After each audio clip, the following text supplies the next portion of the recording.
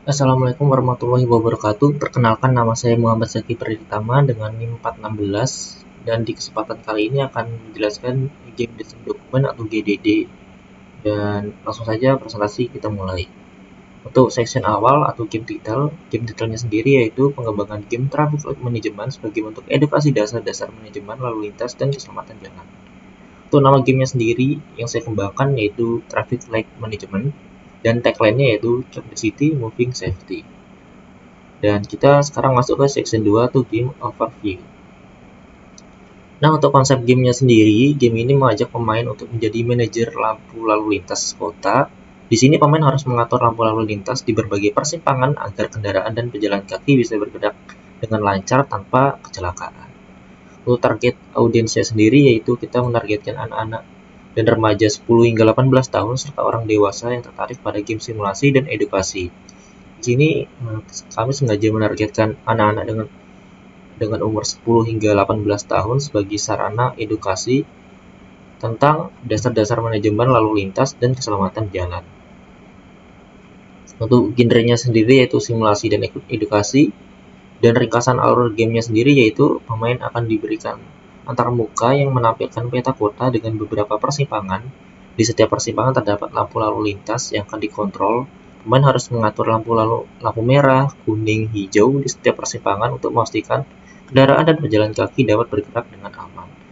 Dapat dilihat pada contoh tampilan antarmukanya sendiri di sini.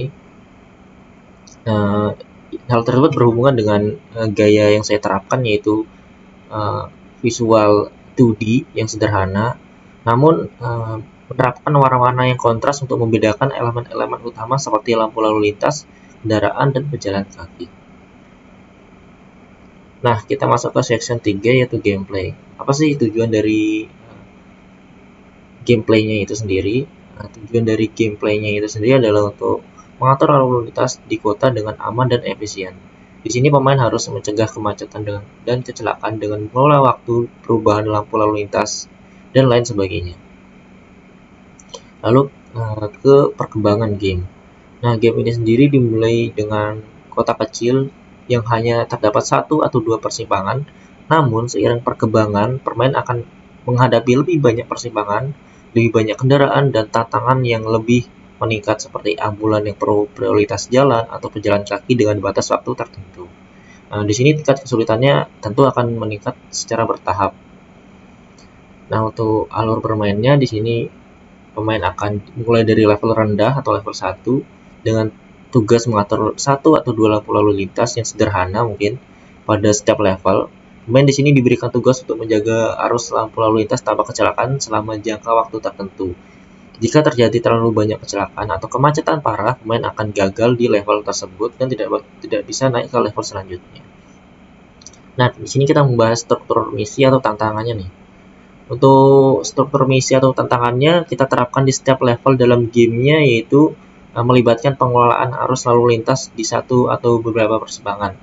Tantangan meningkat lebih banyak kendaraan, lebih banyak persimpangan, dan adanya kendaraan prioritas seperti ambulans atau truk pemadam kebakaran.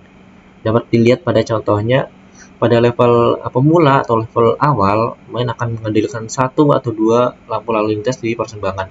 Namun seiring berjalannya waktu, pemain akan lanjut ke level tingkat lanjut. Di sini pemain harus mengelola persimpangan yang lebih kompleks dengan lalu lintas yang lebih berat, waktu terbatas, dan kendaraan darurat.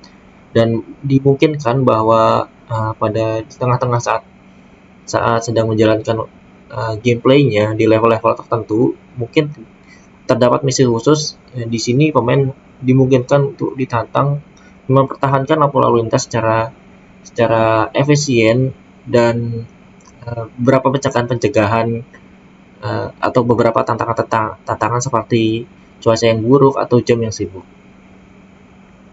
Lalu yang terakhir adalah struktur teka-teki.